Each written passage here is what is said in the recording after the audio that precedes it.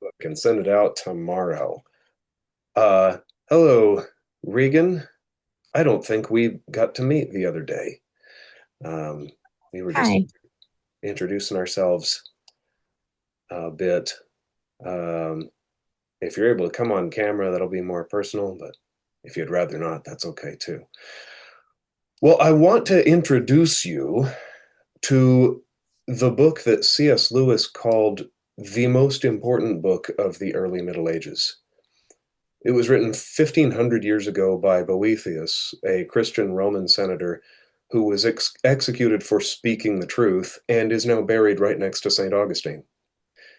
And the book is called The Consolation of Philosophy, and it deals with the question, if there is a God, why do evil men go unpunished and why do good men go unrewarded? This is the question that everyone has asked at some point. And I'm going to give you an introduction to this as a literary treasure, which I hope you will go and read eventually. But also from it, I want to give you two tools for becoming a deeper reader with everything that you approach, but particularly with those dense, old foreign books that we sometimes don't have the tools to dig into. Here's tool number one with a bit of introduction. Hopefully, you're going to forget it's a tool, and then I'll surprise you with it at at the end of once I've introduced it. C.S. Lewis says that until about 250 years ago, everybody loved the consolation of philosophy. In fact, it would be hard to find an educated man who didn't. It's actually one of the first books that was ever translated into English under Alfred the Great. And so, how did it disappear from our reading list?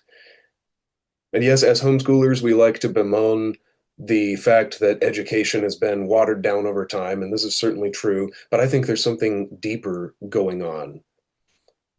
In fact, you might even be wondering about something I said earlier, but I said Boethius was a Christian Roman senator. When and where was that possible? Well, would it make it stranger if I told you that he was openly a Christian, and that even the king of Italy at this time believed in Christ? And that he was the king of Italy and not Caesar. See, the consolation of philosophy comes from a very forgotten pocket of history. It's written, well, before I tell you when were you taught that Rome fell? Or maybe you've just absorbed it culturally. When would you ballpark the fall of the Roman Empire? Deanna can't answer this because she knows what I'm going to say. Not really. I don't. No? All right. I mean, I Okay. have a guess, but I haven't got there yet studying ancient history with Rose. Hey, ballpark. You could just pop it in the chat if you have a any sense for this. No? Okay. Would you three there we go, 300. That's a good guess. Anybody have a guess far off from that? The fall of the Roman Empire. I have no idea. All right. That's good. That's good. Quite I honestly, haven't it always studied it in a long bored time, me. so. Yeah. Okay, good. Good. That in a way that's a good thing. Um because you see what a forgotten pocket of history this is. A lot of people, the answer I sometimes get is 400s or 500s AD. I was thinking 1400s AD, but Well, I I think like I'm that way answer. off. No, I like that answer, and I'll tell you Okay. why. Why were you thinking 1400s? Well, because I've been doing Story of the World off and on for Hmm. years, and but we haven't gone through that cycle. Like we're just now revisiting that cycle, and so I don't think we got there yet. Either we did or we're kind of bouncing around this time. So I feel like it's a little fuzzy. You are not you are not far off.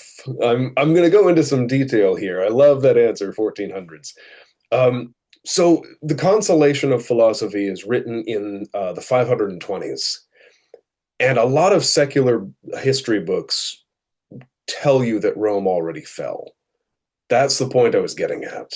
But there was a Roman Senate. In fact, there was a king in Rome who was putting senators to death in the 520s. Rome is alive and strong. And here's the part that they don't teach you in secular history, is that the emperor of Rome is a Christian, and that the emperors have been Christians for about 200 years. See, this started with Constantine the Great in 312, fighting a civil war to keep control of Rome. And before battle, he does what every Roman general does. He offers sacrifice to the gods. And miraculously, he sees a banner in the sky that says in Latin, "Under this sign you will be victorious."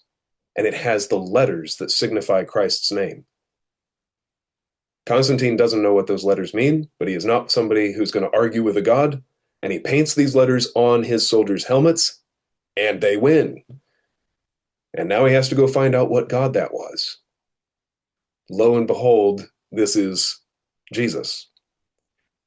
When he finds out who it is, he becomes Christian, he halts all the persecution, and for the next 1,000 years, there is rule by Christian Caesars in Constantine's capital city. There were far more Christian Caesars than idol-worshipping Caesars. The secular historians know that empires cannot last for 1,000 years. They last for about 200 to 300. That's how long an empire lasts. And so they don't know what to do with this. Well, 1,000-year reign of the Christian Empire is full of amazing stories, but tonight we only get to talk about the next 160 years after Constantine. Constantine moves the capital from Rome to Constantinople, and he leaves a lieutenant emperor in Rome. And barbarians attack from all sides. They're frequently cut off from communication. In the east, the emperor makes peace with the Visigoths. You hear that? Visigoths, those are the Eastern Goths. He makes peace with the Visigoths, and he actually raises one of their princes, Theodoric. In the west, they're getting attacked by the Ostrogoths. I've mixed those up. Visigoths are the Western Goths. Eastern Goths are the Visigoths. They played different parts. In the West, a German soldier in the Roman army named Odoacer overthrows the lieutenant emperor, and he rules as king of Italy. That's where secular historians will tell you Rome fell. 476. Really, Rome just got a king with a mustache? You can look at the history of coins. It's like clean-shaven Italian man, clean-shaven Italian man, German Viking-looking guy with a big mustache. It's the same coinage. It's Latin inscriptions and everything. Secular historians just picked a day that Rome got invaded, and they say that the empire ended, which is a little bit, I think it's a lot like when the Redcoats thought that capturing New York would end the American Revolution. You're nodding, you remember this. We captured them. Isn't your country over? No. The country's not over just because you invade the capital. The Roman Empire didn't fall just because a German came into Rome and sat on the throne. Well, the emperor over in Constantinople doesn't want this usurper in Italy. And so he sends Theodoric, a barbarian, a Goth, who he has raised and educated, sends him over to Italy to defeat Odoacer, take rule in Italy, and reunite the empire. And Theodoric marches over the mountains. He conquers barbarian tribe after barbarian tribe as if God is with him. He lays siege to Odoacer in Italy, and it is a stalemate. No progress is being made. Finally, Theodoric invites Odoacer to a peace talk and poisons him at dinner. And for the rest of his life, he lives in terror that the emperor is going to send somebody to replace him. Now, at this time, Boethius is a senator, Christian man working hard to strengthen the relationship between the East and West, because they're far away. There are all these barbarians in between. They speak different languages, but they worship the same Savior. And he is an upright man, refuses bribes. He gives good judgments. And Theodoric accuses a certain politician of conspiring to overthrow him. We don't even know whether that's true. Things were so muddled. Boethius defends him, and Boethius is arrested and executed, and his family is left destitute. And before he dies, he writes The Consolation of Philosophy, where philosophy comes to him as a person, as a lady, and comforts him in his hour of despair, dealing with the question, why do evil men go unpunished, and why do the good go unrewarded? Would you believe he actually gives us an answer? And not just God works in mysterious ways, but a real answer. And before we get into that, the story has hopefully shown you tool number one, which is to have a bigger picture of history. We all know people who don't know history are doomed to repeat it, and that is true, but it's actually even worse than that. Because a complex view of history leads to a complex view of timeless questions. And a simple view of history leads to a simple view of these timeless questions. I told you, I think there's a deeper reason we don't read Boethius. I think it's because we forgot the time period he wrote in. Why would we read this? We don't have a unit on the 500s. It's easier to say Rome fell than it was the Middle Ages. And we have this low-resolution picture of history, and we miss the timeless questions the way they were being asked at the time. We beat idolatry. The blood of the martyrs finally beat idolatry. Rome should be this strong, wonderful city. Instead, it's ruled by this murdering barbarian everyone thought was going to restore things.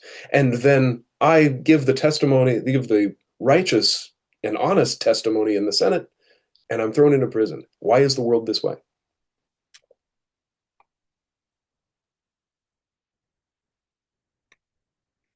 So let's get into that deep question. I'm going to give you tool number two. Philosophy comes to visit Boethius. I actually had a student last year think that this wasn't fiction, but that Boethius was hallucinating, which is a very interesting take on this. It's like Boethius must have been out of his mind to see this stuff. And we all kind of looked at him like, well, I thought he was writing a story, but now I don't know. Maybe he really was seeing weighty philosophy. That's a very interesting idea. He doesn't tell us. I think he's making up a dialogue because this is the way you write philosophy. But she comes into his room as he's bemoaning this question. Since there's a good God, why do evil men go unpunished? Why do good men go unrewarded? And she says, you are completely mistaken. The evil men are always punished. The good men are always rewarded, and not just in eternity, but actually here and now. And I can prove that to you logically. But I warn you, if you find it hard to accept my conclusion, you must either point out a false step in my argument, or you have to accept it. That's tool number two. And we hear that and we think, well, yeah, obviously, if I can't point out what's wrong with the argument, I have to accept it. But philosophy is about to give us an argument that is difficult to agree with. We have to accept it if we can't find a problem. And this is actually the thing that keeps us from reading the deep books, is ideas that we can't quite get our heads around, but we don't know why. Well, that's the point. You didn't miss the point. That is the point. So tonight I'm going to present some arguments you may not agree with. You may think Lady Philosophy is playing some word games. But if you don't see where the flaw is, I ask you to sit uncomfortably with the idea. That's the big tool. Let me show you what I mean. So first, she argues that evil men really have no power at all. How can this be? Boethius has been stripped of his home and his library. He's awaiting death under this cruel tyrant. How can you say evil men have no power? Well, Lady Philosophy starts simple. She says, success in any action requires two things. It requires will and strength. If you don't have the will to do something, you won't even try to do it. If you don't have the strength to do something, your will just be frustrated. You'll fail at it. Boethius says that seems simple enough.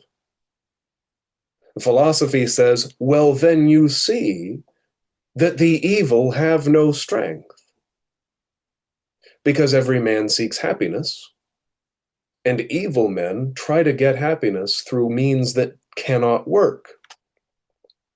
And she goes through the list of the things that sinners try.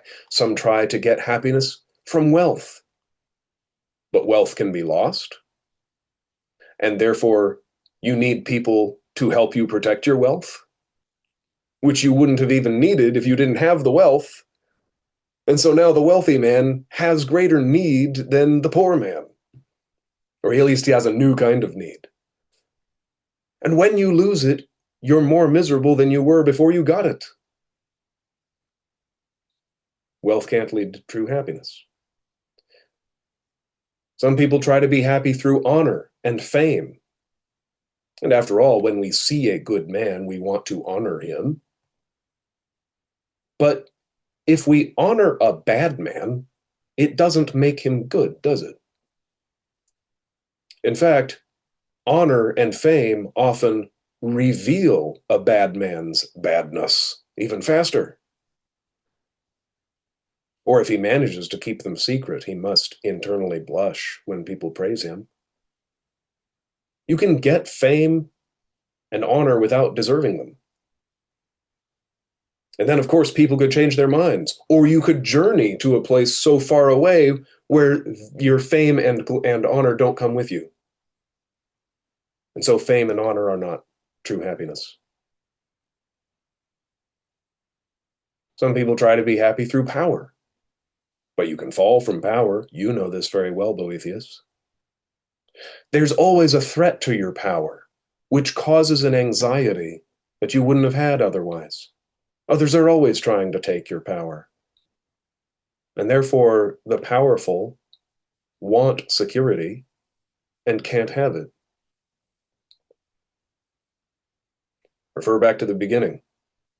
If you fail at something, you lacked the will or the strength. If the powerful want security and can't get it, they lack the strength to get it. And if you get power by attaching yourself to somebody else, somebody powerful, this is even worse because he could take your power away or destroy you at any time. Power does not lead to true happiness. What about pleasure? She says pleasure often leaves a pain behind anyway, like a bee stinging you when you take its honey. If pleasure were happiness, then animals would be happy, since they do nothing except seek their own pleasure.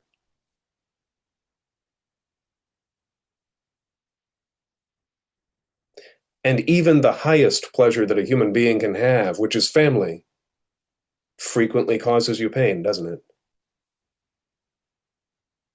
So pleasure is not the way to true happiness.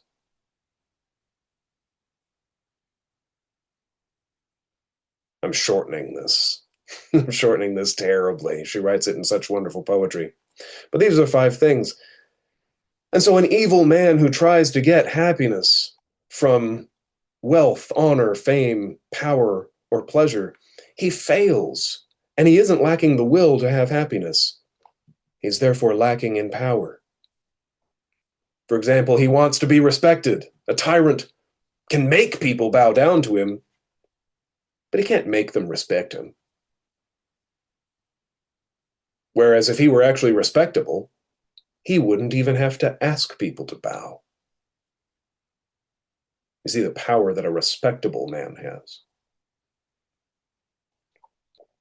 Let me read part of it. She says, think how grave is this impotence of wicked men. They fail miserably to achieve the things for which they struggle day and night. Suppose that one man is able to walk on his feet, and another, who is deprived of that natural capability, tries to walk by crawling on his hands. Which of the two must rightly be thought stronger? In the same way, true happiness is offered equally to good men and bad. Good men seek it by means of virtue. Evil men seek it by their lusts, which is surely an unnatural way of seeking the good. An obvious conclusion follows from this. They are wholly deprived of strength. Why do they neglect virtue and pursue vice? Is it because they are ignorant of what is good? Well, what greater weakness is there than the blindness of ignorance? Or do they know what they should seek, but are driven away by lusts? If so, they are too weak to overcome their own vices.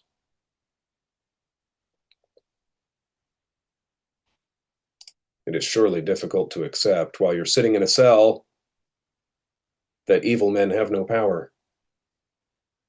And yet her logic is perfect.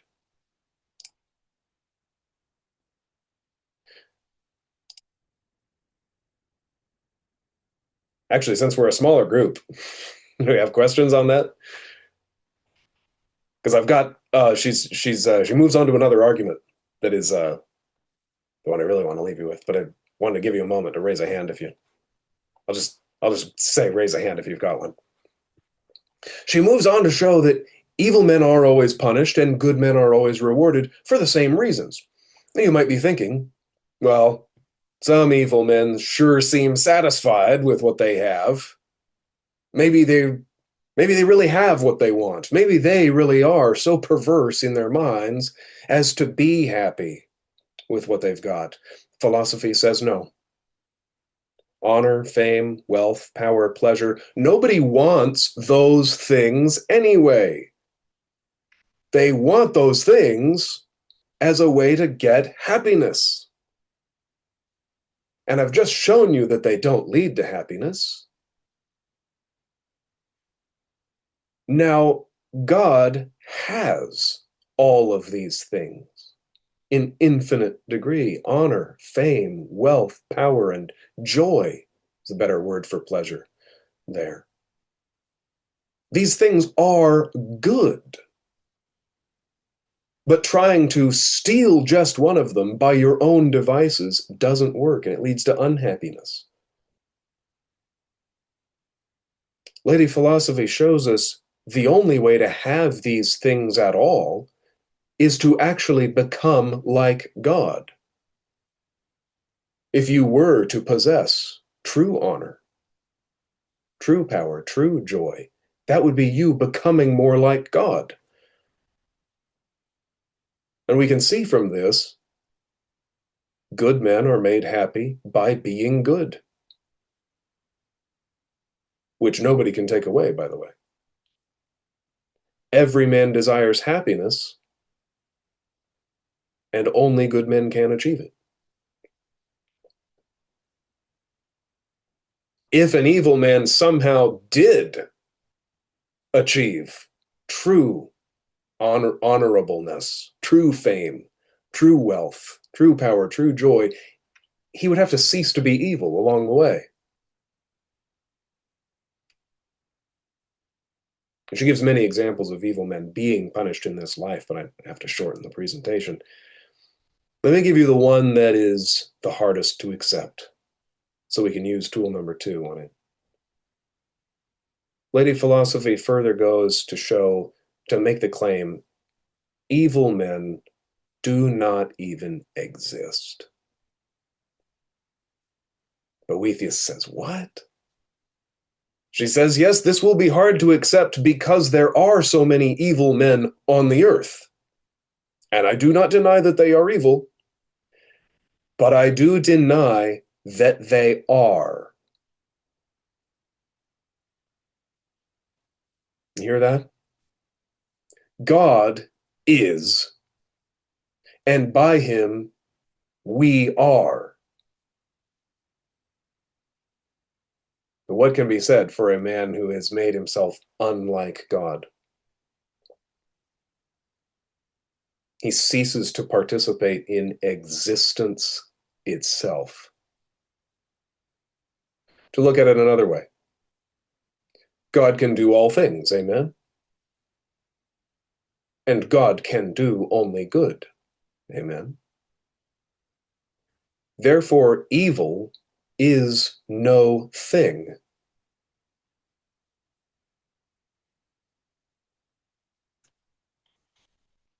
I told you might think she's playing word games. If the evil man does only evil, he therefore does nothing. Doesn't he have the power to do evil? Isn't he doing evil to me right now as I await my execution? Says Boethius. No, the only power that the evil man has is the power to not do good. And the ability to commit a crime isn't a good ability. God has power. And God is good. God does not have the ability to commit crime. Therefore, the ability to commit crime is not power. Is this bending your mind in knots yet? I wish I didn't have to summarize. Boethius writes this out. He interrupts himself to write it, to sing songs about it. He writes it as a dialogue. He writes it as poetry,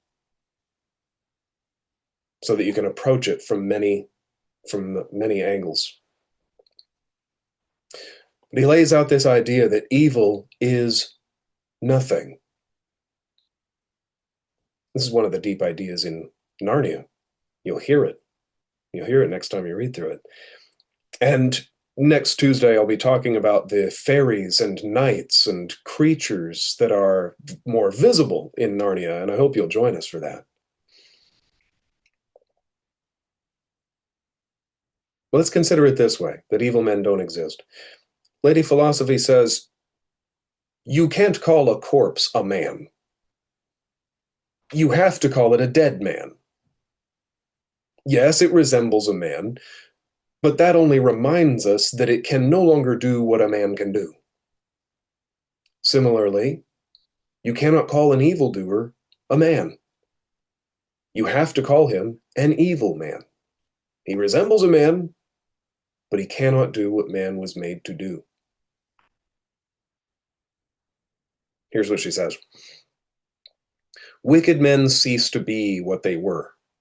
To give oneself to evil is to lose one's humanity. Just as virtue can raise a person above human nature, so vice lowers one beneath human nature. You will say that the man who is driven by his greed to seize what belongs to others is like a wolf. The restless, angry man who spends his life in quarrels you will compare to a dog. The treacherous conspirator who steals by fraud may be likened to a fox. The man who is ruled by intemperate anger is thought to have the nature of a lion. The fearful and timid man who trembles without reason is like a deer. The lazy, stupid fellow is like a donkey. The volatile, inconstant man who constantly changes directions is like a bird. And the man who is sunk in foul lust is trapped in the pleasures of a filthy pig.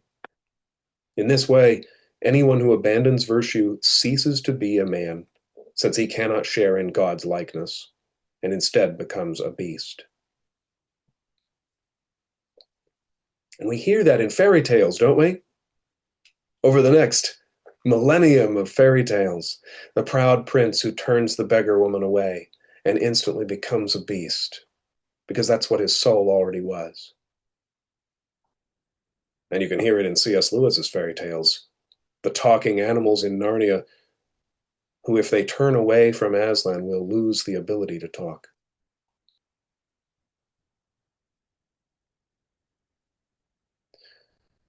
Philosophy tells us, if you find it hard to accept a conclusion, you must point out a false step or accept the conclusion.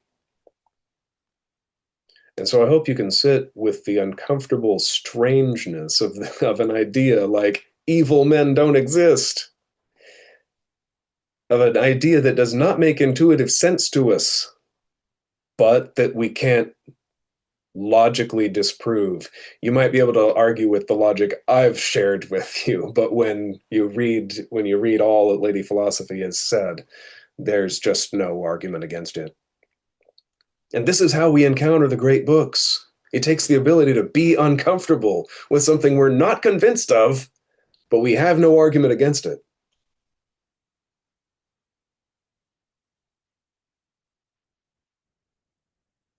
That's your tool number 2. Along with tool number 1, acquire a complex view of history.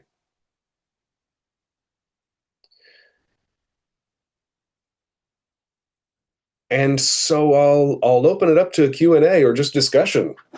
That was what I had.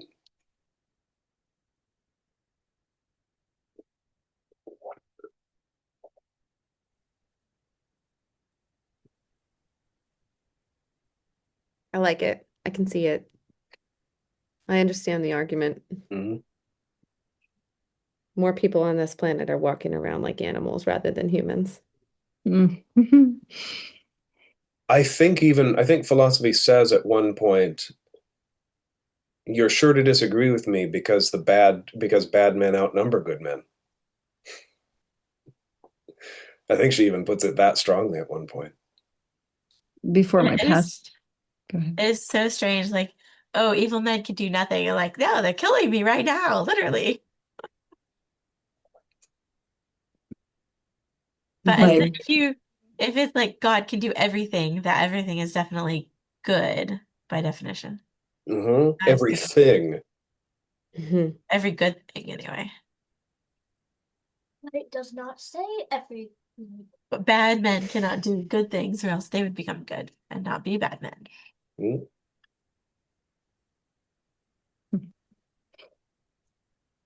Hmm. One of the first things my current pastor threw out at me before he was our pastor was that you cannot be a good man apart from God, because I made a comment that, he was a good man. And he's like, nope. So it was following the same lines. And I was like, but he did good things. So I'm tracking it. It's fascinating. It does make you, kind of want to puke a little bit in certain ways. Like, wait a second, they do exist, but it seems like a little bit of a play on words in the fact that what exist means when speaking in this context is different than it can still affect the world. Yeah, yes, it sounds like a play on words. Even you're saying, which one were you saying? Because there were a couple of them. Well, just the fact that evil men don't exist. Well, I understand what you're saying, and I can agree with you in the philosophical side of it. But like Deanna said, they're still killing people. Mhm. It is a play on words, and this is a funny thing you'll find about um, medieval writing in particular. Is some centuries after, about 500 years after Boethius, there's another text that I teach from Saint Anselm, who proves that God exists with logic, or at least as close as you can with logic. Right, logic is a limited tool, and one of the big objections to his argument is that it's just a play on words. Hmm. What you will find in medieval Christian theology is that they didn't draw a distinction between a play on words and a true articulation of reality.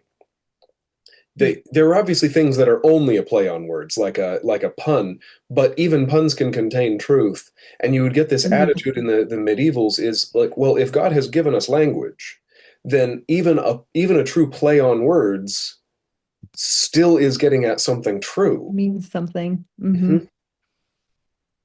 God can do all things. I got you to agree with that. You didn't say, well, God doesn't do bad things.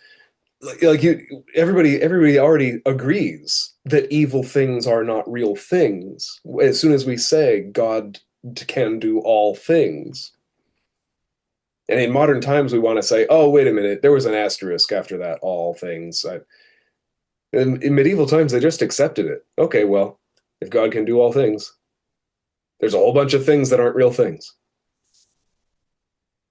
Fascinating way to think. Mhm.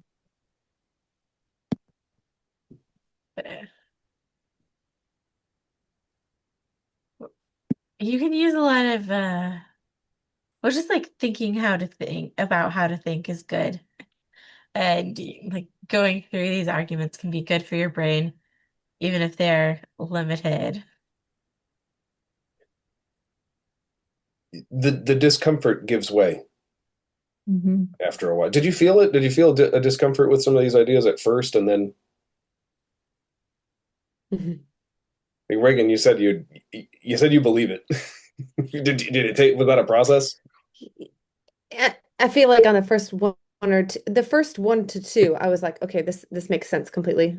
There's no fallacy in this argument. And then as you went on, a couple of them were like a little muddy. But then once you got to nearing the end and you started to discuss the corpse being a dead man, not being alive, not being of God in that way, because he's obviously not alive. And then when you started to kind of tie it there, I was like, okay, I'm picking up what you're putting down. This Awesome. is making sense.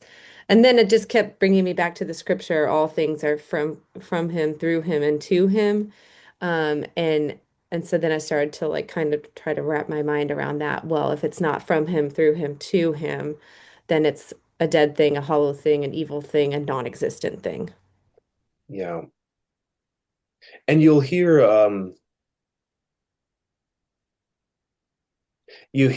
it in Narnia, and I was struck this time as I was rereading some Boethius for this presentation, when she says that evil men cease to be what they once were. There's that part in Lion, the Witch, and the Wardrobe that is always a little bit startling when Mr. Beaver says, "When you see something that should be human and isn't, Mhm. or used to be human and isn't now, or is going to be human and isn't yet, you keep your eyes on it and feel for your hatchet."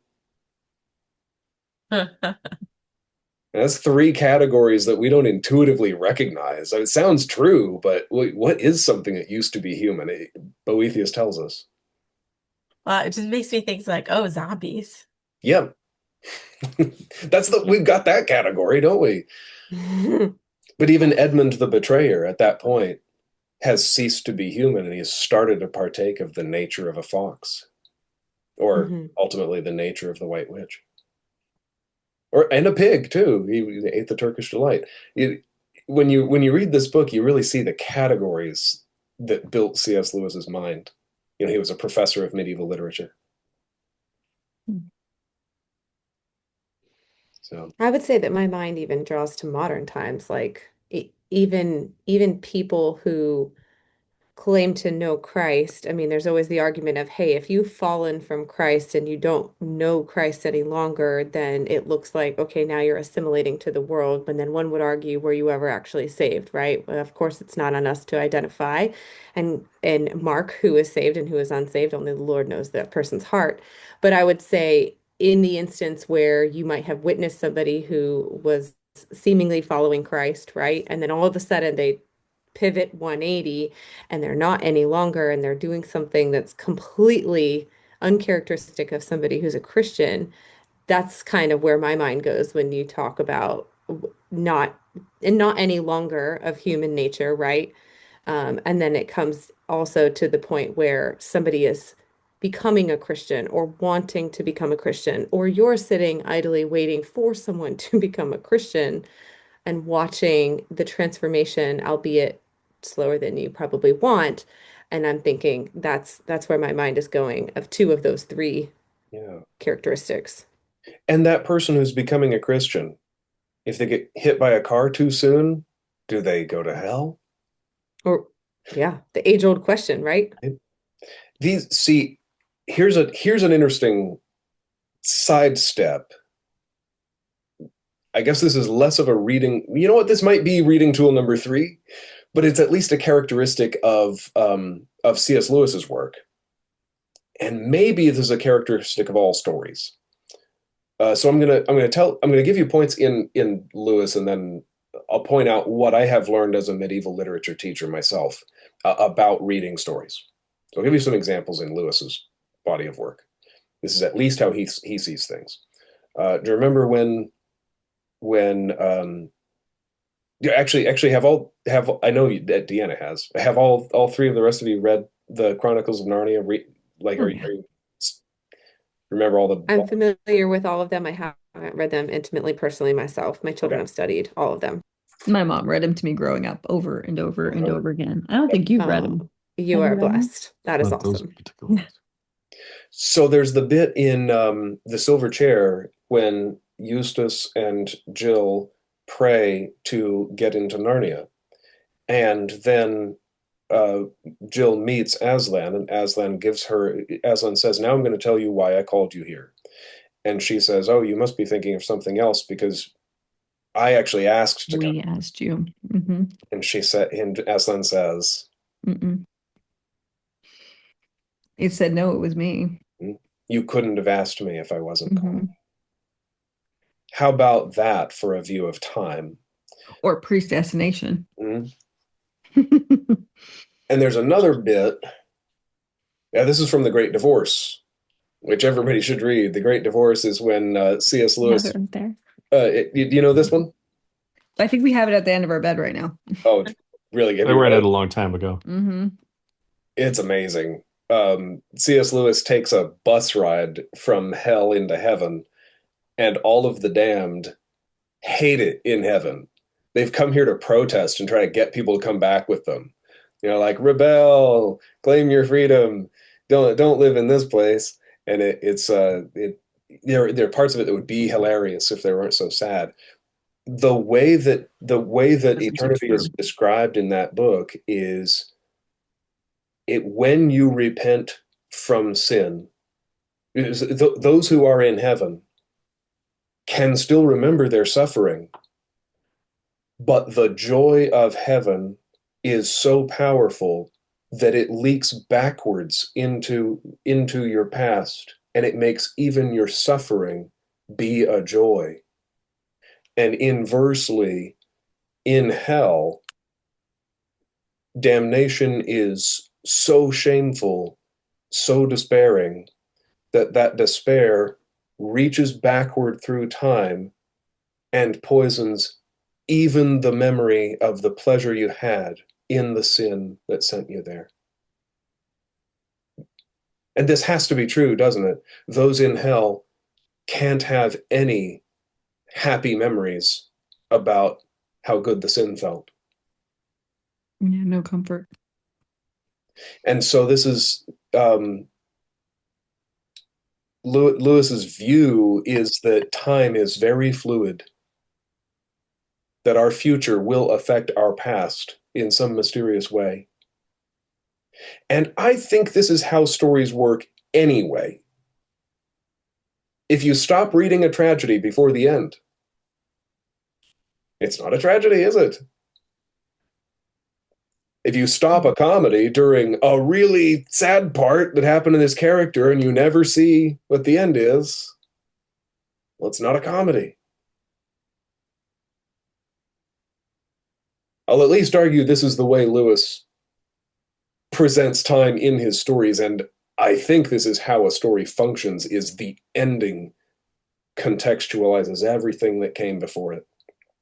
That makes me think about Sixth Sense.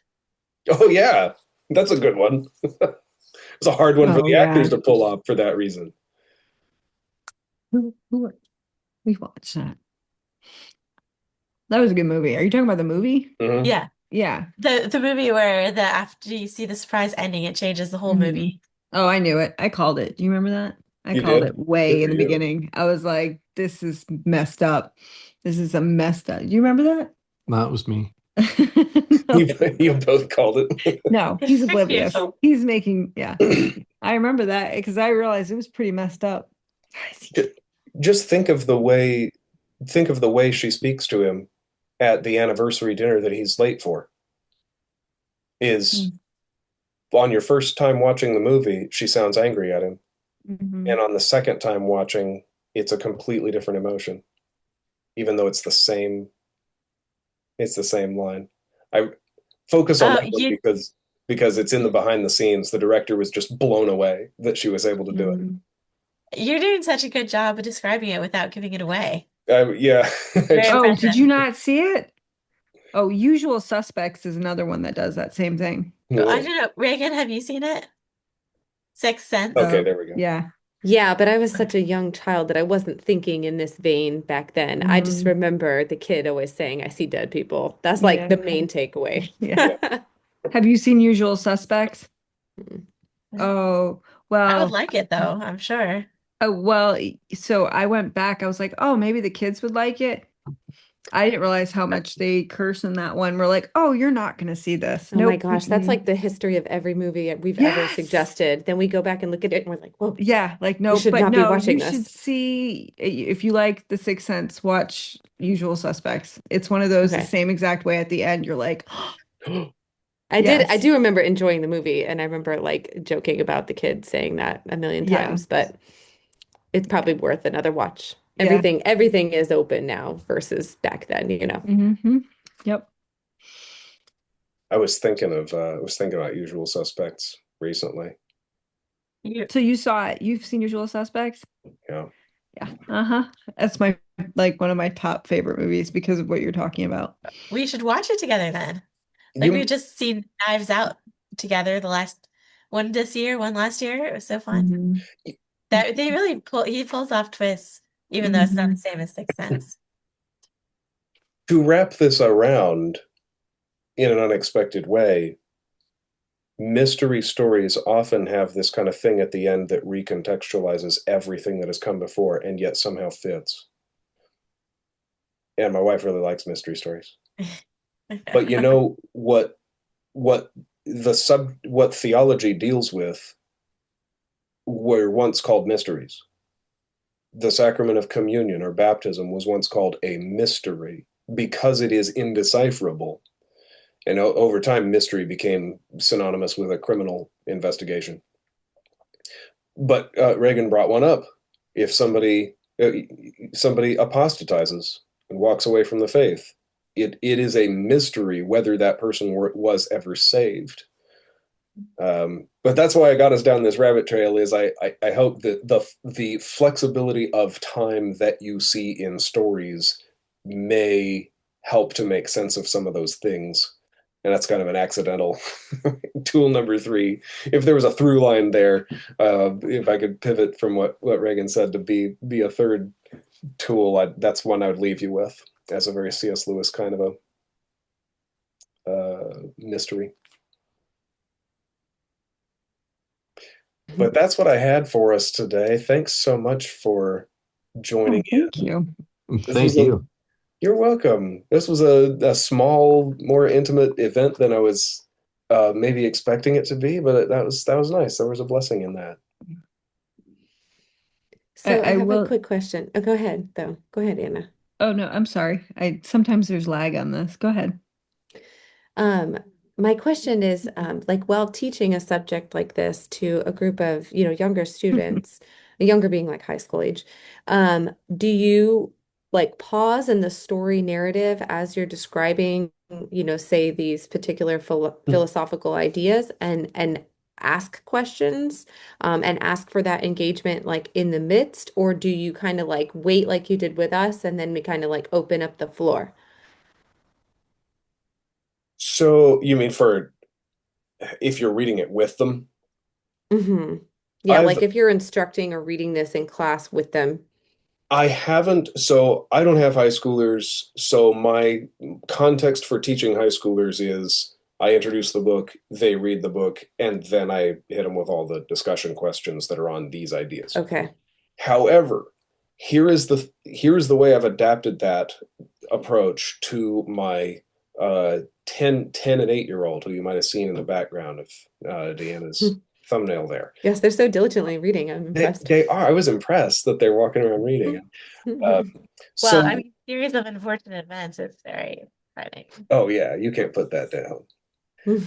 So the way that I've adapted this and I think you could do this, there's no reason you couldn't do this for high schoolers, is as we are reading Narnia it is at least the second time for everyone, and for the 10 and the 8-year-old. I guess it's the first time for the 4-year-old. I will stop and say, they're like, and then they pulled up, they dropped anchor in this bay, and the island was covered with lead-colored clouds. And I'll stop and say, why did he say lead-colored clouds? Why did he not just say gray? Mm. And sometimes they don't know. Sometimes they have an answer. They'll think of the mineral lead in some other fairy tale. They'll say, well, it's like this. And sometimes they don't have an answer at all, and that's okay. Because I know later in the chapter, a dragon is going to crawl out of a cave on this island. A dragon the color of lead. And it will die, and the boy will go look at the cave it was in, and that cave is full of gold, opposite of lead. And now we can have a discussion about metals. And then I can lead them to, well, does Eustace have a heart of gold, you think? What's his heart like? Like, oh, his heart is lead. And then and so I will literally interrupt the story to ask things, even to ask annoying questions. Why do you think this character did this? Who else is this like? To the point that somebody who's hearing it, somebody who doesn't understand what I'm doing, might even be irritated. No, that's very Charlotte Mason of you. I like it. Mhm.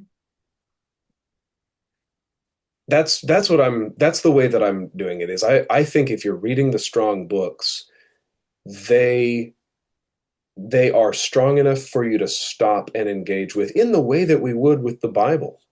You'll just stop mid-verse and say, oh, you remember the other story they're talking about? Because the Bible is a library. We call it a book, but it's a library. It's one long narrative. Right? And so if you're reading from one of the great books, that connect it to something else that's in your library, stop and interrupt yourself. Don't hesitate. I hope that answered your question. I think it did. Yeah, no, that's good. I just wanted to know if you intentionally try to connect dots Oh yeah. or if you just like give them the long diatribe while their eyes glaze over and then they're like you're like, "So, what did the guy do in chapter 2?" And you're like on chapter 6 and they're like, "What? What did you just read? What book are we in?" That's like the public school way. I assumed you did not do that. I just wanted to hear your methodology. I like using questions because we've jumped in our read alouds for something like Narnia. We've jumped to, like, they mentioned rationing. What is that? Oh, let's talk about Hmm. the king making a decision like this because it's World War II. And what else do you know about World War II? And what do we know about Hitler? Hmm. Are there characters in Narnia or other fairy tales that Hitler is like? What do you think? What kind of soul do you think Hitler had? There was a Hmm. time we didn't even get through the chapter because we just talked for a long time about power Right. and these questions. It's gonna be hard because I do have very limited time and like I do want to get through chapters and lesson plans, and then Tobin will like interrupt. I was like, I got very little reading. We're not gonna Yes, finish yes. these. So yes, I agree. It can be annoying sometimes. Uh, Yeah, no, I totally understand. We read about Clara Barton today, and we literally stopped probably 15 times to explain vocabulary words and explain the relation to something else and why would that matter? And, what was the value of her growing up on a farm and all the things. Yeah, don't be afraid of the gaps. That was what my Yeah. that's what my mother one of my mother's talks back in the day of homeschooling conferences was, are you leaving? Gasp. Gaps? And said that her whole point was, don't worry about it if you're building good connections. Yeah. Yeah. Anna, did you Connections have is a everything. Anna, did you Oh, have a question? well, from the beginning when you're talking about Lady Philosophy, I went to Lady Wisdom and Proverbs, Oh yeah. and Proverbs 11:21, be assured the evil person will not go unpunished. And then in the references, it says the violent gain no happiness from their wealth, which has come at a high price. Yeah. So I Mm, read that a couple weeks ago and I was like, well, it sounds a lot like Lady Philosophy and what she's saying too. So that's good. Yeah. Yes, the fact that it says My the soul needed that with this whole nonsense in the world right now. oh, well, I was literally writing with my pen Epstein That's to it. my husband on my iPad. Like, that's exactly what this is. No Yeah. happiness, even though, yeah, that's where the evil men don't exist. It hurt for a second, but I got where you Yes, were going. exactly. That was Like, the very first thing I yep. thought of. I'm like, no, Mm-hmm. just Yes. Yes. You jumped right to that in Proverbs. Good for you. yeah, that's awesome. Well, for next Tuesday, I am going to be given a presentation like this. I think it will be a little less abstract. I had to start with Boethius because I was going chronologically, but maybe I should have started with a less abstract one. We're going to be talking about the Fairy Queen, Faerie. Lewis and Tolkien did not like the tiny butterfly-like fairies that became popular in their time. They believed the fairy were a tall, serious people. And Mm, the Fairy Queen is this book by Edmund Spenser in the 16th century when England is newly Protestant, and he sets out to write this work of literature, and he sets out to write 12 books, 12 different epic fairy tales. Each one is, or they are an epic together of 12 different stories, each one focused on one of the Christian virtues. And I'll be talking about book one on the virtue of holiness. And it's the story of St. George and the Dragon, but in fairyland. It's the mm, classic story of a knight slays a dragon to save the lady and the kingdom. But Edmund Spenser shows us why that story is important. He didn't live long enough to finish all 12 books. He only wrote six of them. We'll have to wait for eternity to read the other six. Hmm. And C.S. Lewis says of Edmund Spenser, um, I don't have the quote with the book with that quote in it right now. It's in the I do believe it is in the house. You want me to get it? It's okay. Actually, oh yeah, actually, if you see it on the dry bar, you could read C.S. Lewis's quote off the back. Otherwise, I'll do my best. The C.S. Lewis says this is a very important book to read. And I'm stalling until she comes back. Okay, if you don't see it, it's okay. He says that Edmund Spenser is best encountered on a wet day in your room between the ages of 12 and 16, and that to read him is to grow in mental health. mm. So I want to introduce that book to you. And after that, we've got a George MacDonald one. So I hope you can make it to next Tuesday and Makes me kind get of to want to know read Edmund it Spenser. before. Yeah, How long which is that book? Oh, it's big. Okay, so I'm not gonna, I'm like, I kind of want to read it, so I'm prepared for this, but nope, that ain't happening. Well, Yeah. you can read individual books of it. The Okay. individual book is The one on holiness. like book one on holiness is like it's like a half-inch thick. It's not long. Mhm. Uh, Probably still won't happen. but all six books together is pretty big. Yeah, I can't. But we did order that one you did this one on, but we'll see if I can Oh, comprehend good. it. My issue is I start reading before bed and it takes about 2 minutes and I'm out. So I have about what 8 books sitting there that It's tricky. I can't have do to it. read in the morning when I wake up. Yeah. My issue is I haven't read since having kids, unless I'm reading to them for homeschool. Mhm. Because I'm narcoleptic. So there's that. Oh, wow. Well, I'm not literally, but like actually, Oh. probably. Oh, I will fall asleep on a book anywhere at any time. well, wonderful to spend some time with you guys. We're at 9 o'clock, which is when I told you this would end. I really appreciate the conversation. This was Yeah, fun. thank you. Thank you for Thank doing you. this. This You is are great. Thank welcome. you. Very I interesting. think you're probably going to give Taylor a little run for her money. How old is your child? 15. Okay. But And are you she, guys homeschooling currently? we are doing a 2-day-a-week co-op at ASCA, but we're not going to be doing that next year. So, Okay. Are What you, is ASCI? All Saints Christian Academy, it's in Cameron. Oh, okay. Yeah, I just heard about that like literally a week ago for the first time. Yeah, it's a great program. I just want a little more freedom. So, Mhm. are you guys doing We homeschool currently full do time? CC. Oh, okay. So my kids are in Challenge B right now, which is like eighth grade equivalent. Yeah. Which campus are you at? We're at the Whispering Pines campus that meets Oh, off of okay. like PD Road Yep. at the Yep. Presbyterian. Yep. That's Very where I go cool. to church. Oh, Yeah. okay. Nice. Oh yeah, a lot Susan of people do. Pearson's. Yes, Susan Pearson. Yeah, Yep. she's in our group. She's a friend of Yeah, mine. she's awesome. She's super Yeah. funny. hmm Yeah, well, it was nice meeting you all. Thank you You so much for too. this. And I'm glad I got to meet you, Reagan.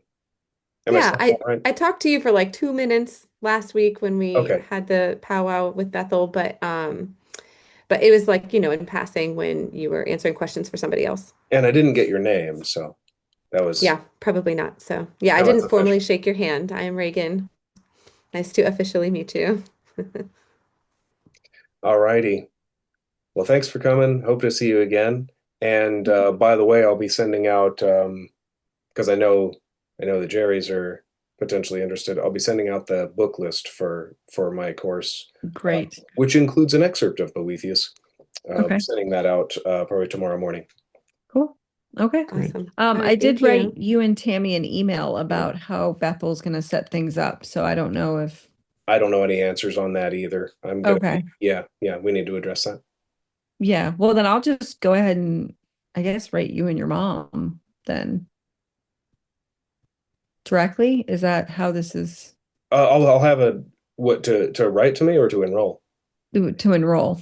I will have a an enrollment form soon. We just want Okay. to we want to have it organized in one place online, so we're building that. Cool. Okay. Thanks so much. I appreciate it. It was nice to meet you, Reagan. Have a good one. Yes, likewise. Have a Have a good good Bye-bye. night, one. everyone. Bye.